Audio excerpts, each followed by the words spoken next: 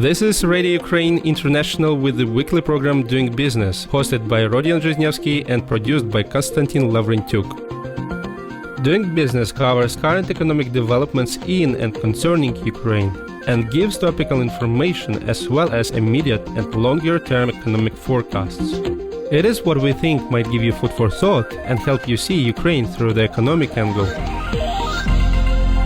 And here is the second part of the program about study in the United States. USA is the ultimate choice of the students planning to study abroad. It is the best opportunity as the American education system is one of the top education systems in the world. USA education system is known for its flexibility. Students studying in the United States are not limited to rigid coursework. From admission cycles to the types of institutions to choose from, the United States education system provides flexible options in everything. This is one of the greatest reasons why so many international students come to study in the United States. The USA has the world's largest international student population, with more than 1 million students choosing to broaden their education and life experience in the United States.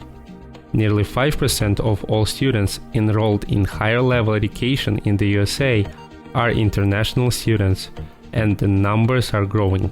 From the mid-1950s, when international student enrollment was only just reaching 35,000, international education in the USA has come a long way. US universities offer admissions to students 3 times a year. Students who couldn't take admissions in the fall semester can catch up the same year by taking admission in the spring semester. Students can choose from any of the 3 institutions, considering different factors without compromising on the quality of education. Students earn credits in each semester, and these credits can be transferred from one institution to another. Many students take admission into community colleges and transfer to 4-year universities after completing 2 years of their education. The USA houses some of the best universities in the world. According to QS World Ranking, world's top 4 universities are MIT, Harvard University, Stanford University, and Caltech. And here is the second part of the program about study in the United States. To find out more information about study in the US, we contacted Kostiantyn Rymar, who is a third-year student at one of the oldest colleges, St. John's College. What is the cost of your study at college? Let me clarify one more thing. Your study is for free, right? Any of my educations that I received abroad wasn't completely free, so I usually paid part of it. But it's usually possible to get completely free education abroad. I guess I could do that, but I didn't do that for some reason. I did receive a pretty high scholarship in Armenia. I was capable to do that. And afterwards, because I did study in Armenia, it was easier for me to get scholarship in the United States. So United States usually have 2 different types of scholarships. One is merit-based. So it's about, they don't look how much money your parents earn or whatever, how many you have. It's all about your high-level knowledge or whether university or college wants you to have there. So they will pay you a huge grant despite your financial need. Other is need-based financial aid. This one is already completely based on your ability to pay for the education. So they will explore income level of the student, of parents, of relatives, close relatives, and they will define how much money they need to grant the student so that they can attend education. In my case, in the United States, I have mix of both. So part of my scholarships is merit. I guess it's about like $20,000 is merit. Other part is need-based. The tricky part about need-based financial aid that it will be redefined every year. So for example, if my parents start to earn more money this year, I will need to pay more money next year. So you can find 2 different things. You can find a college that will pay whatever you want, but you need to come here. But usually it will be about colleges of Ivy League, so like Stanford, Harvard, they like to do that. Smaller colleges in the United States are likely not to do that. However, it's still possible, and a big part of it that, being honest, I think that you can get a pretty decent financial aid just applying directly to the college or to the university in the United States without any intermediary program. That can be one big misunderstanding, that school graduates are not restricted to programs they need. They Right. can freely get their laptop, search different colleges and universities in the world, and try to figure out how to make that university pay for your education. And they're likely to do that because, let's be honest, US colleges really like to see Ukrainian students there because we are introducing diversity. I had this really fun talk to my college university advisor in high school in Armenia, and she said that when school is ready to pay for your education, it's not only investment into you, it's investment into the whole college community, because you will bring a different perspective on things and different type of knowledge and different type of cultural identity to the college community. The experience of education in this place will be of a higher quality for everyone there. And let's be honest, many colleges also use percentage of international students as an advertisement point. We have really diverse community. Please come here and pay your money. So that's also an interesting thing. So I guess it's possible. It just takes some amount of effort and good portion of research. There are so many parents and their kids who try to find out how to study abroad and they don't know how to start. So probably there is something that you could say about that, because you probably were lucky more than others to find out about your future university and college. Yeah, so a big part of my, I guess, indeed, my high school in Armenia and my college is partnering institutions, and it was easier for me to get there. And not that much because they're partnering, but because the education I got in Armenia is really decent, really high quality, and really difficult, because I worked for 1 year in admissions office at my college as a work study, and they said that I'm not sure whether there is something more difficult than what you finish. So that's a big part of it. Let's be honest. I guess 10 or 15 years ago, it would be more difficult to find an education opportunities. So right now, it shouldn't be a problem. It's just about finding different groups in social media, channels on Telegram, and other places. And if you will find, you're likely to get a community of people who are interested in studying abroad. And from there, you will receive 2 to 3 different opportunities of studying abroad every day or every second day. So I'm not sure whether it's a big problem at the moment. I guess at the moment, the bigger problem of studying abroad is about choosing the right university for yourself or right college, because we're living in a really highly globalized world where you can get education whenever you want, not at really high costs, if you do try to do that. But there might be a really high misunderstanding among those students, especially those parents, that I personally had, that education at Harvard or Sorbonne or something else, that's not the only thing that should be associated with studying abroad. You have a lot of different opportunities, and you have a lot of different institutions, each of them offering something different. Therefore, every person who wants to study abroad, they will find their institution, their college or university of their dream, if they have a clear understanding of where they want to study. Should it be big? Should it be small? Should it be more liberal, less liberal? What they want to do afterwards? Student has a clear vision of what they want from their education. Basic question, why do you need them?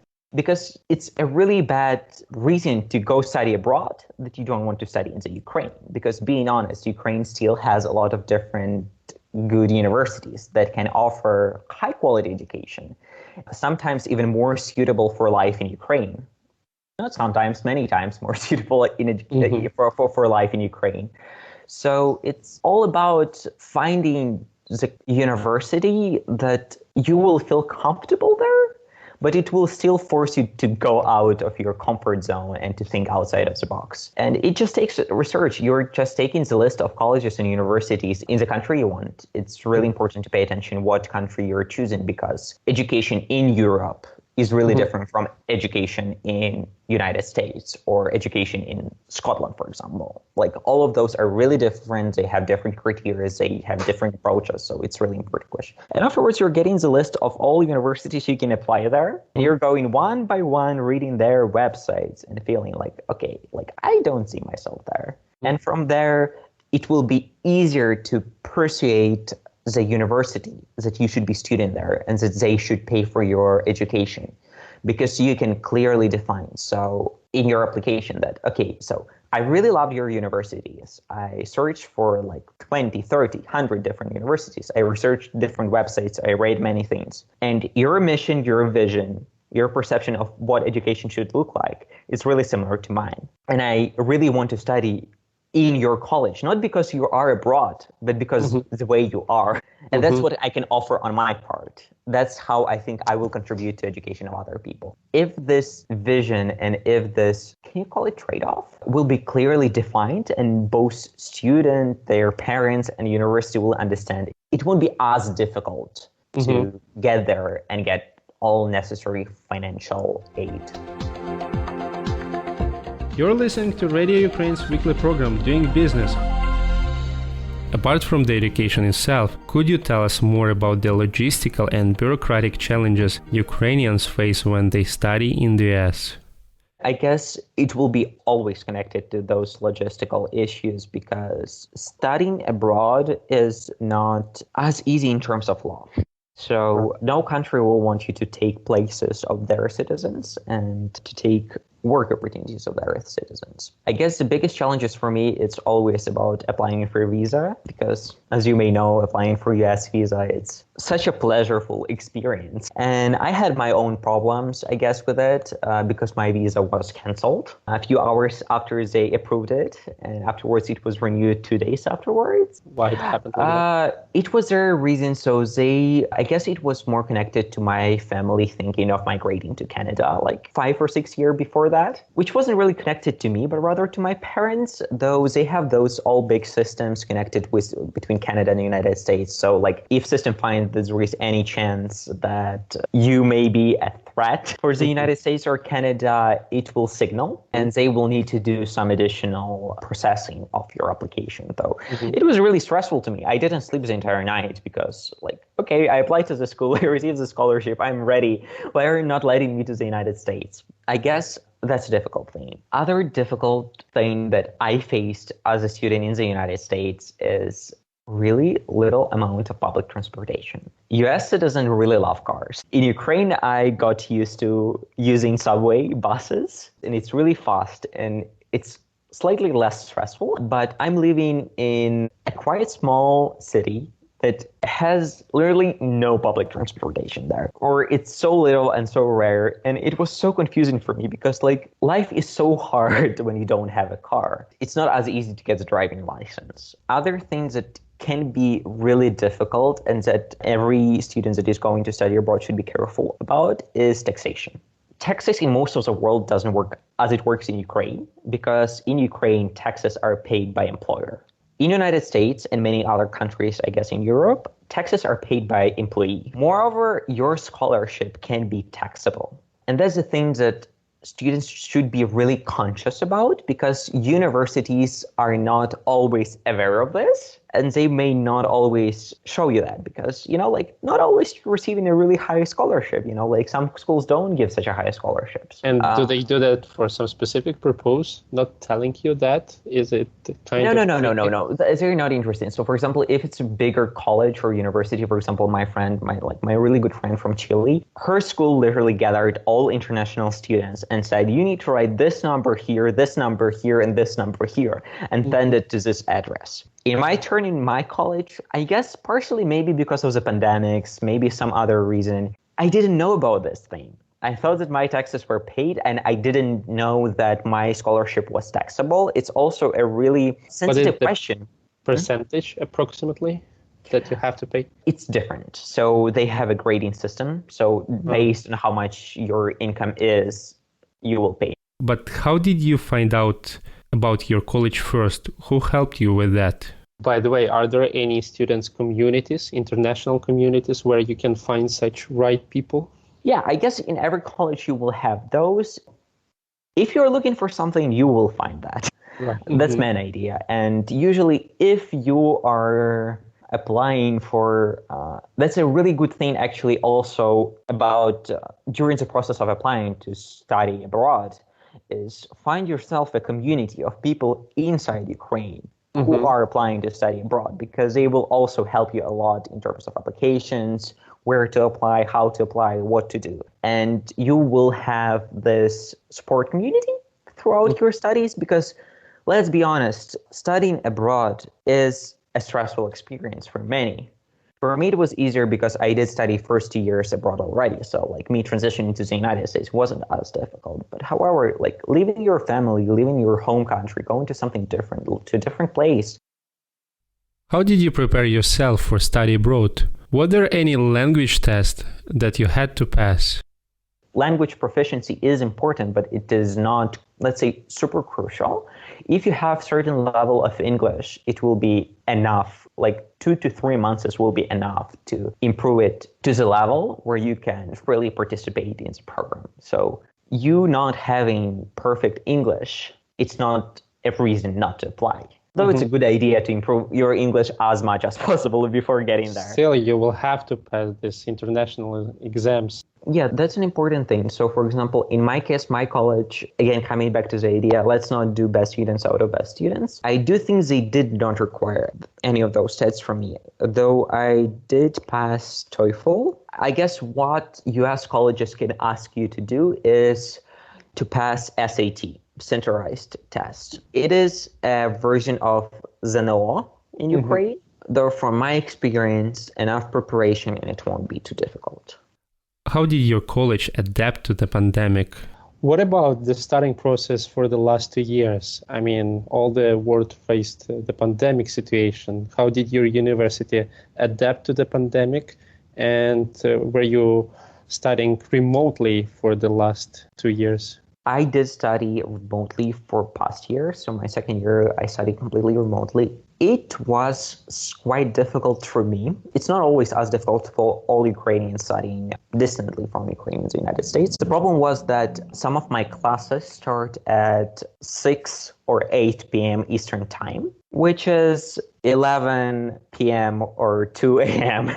in Ukrainian time. And it was impossible to change. Therefore, my studies was somewhat difficult because I guess I needed to stay awake really late, and afterwards you will need to always book yourself 1 more hour afterwards because you will never fall asleep after a class, after a seminar especially. That was frustrating, but it was possible. Also, college was extremely sensitive about this, and for example, one of my tutors, she's extremely amazing, so she realized that I'm falling asleep every class because it's 11 p.m. So she said, okay, let's you and 2 other international students who were studying distantly from the same area. So one of my friends studied from Lithuania and other my friends studied from Albania. So she was making a small 1-hour classes, just seminars, just for us every week. It's difficult, it's frustrating. However, it gives you some benefits because you can stay in Ukraine and you can catch up on your community here. And other things that it is more useful because like you cannot work in the United States or any other country because you're an international student. But however, you have a lot of different opportunities to develop your career and your social life in Ukraine. So that was certainly beneficial. If there wouldn't be quarantine, it would be even better, I guess. But colleges, at least my college, was really helpful in this case. They were learning about your needs. They were conscious about time difference. They were really trying to help. I know at some point I was afraid that I won't be able to get all necessary books in English that I need. They said, okay, like if that would be a problem, we will get you a big box and ship it to you. We didn't do that because that's unnecessary in digital age. However, like they were ready for this. So it's all about access. It was more difficult for college itself. Like if we're not talking about education as like, like struggles of me as an international student, it was difficult because, for example, we have some really old tutors For example, the one I've talked about already, she is 91, and it's kind of hard to expect her to learn how to use Zoom. So she was connecting to Zoom via phone, and it was a big struggle for everyone because before they spoke, they needed to say their name. So she didn't turn the camera on? Oh, no, she didn't have computer at all. So in the United States, you can use your mobile phone to call inside Zoom meeting.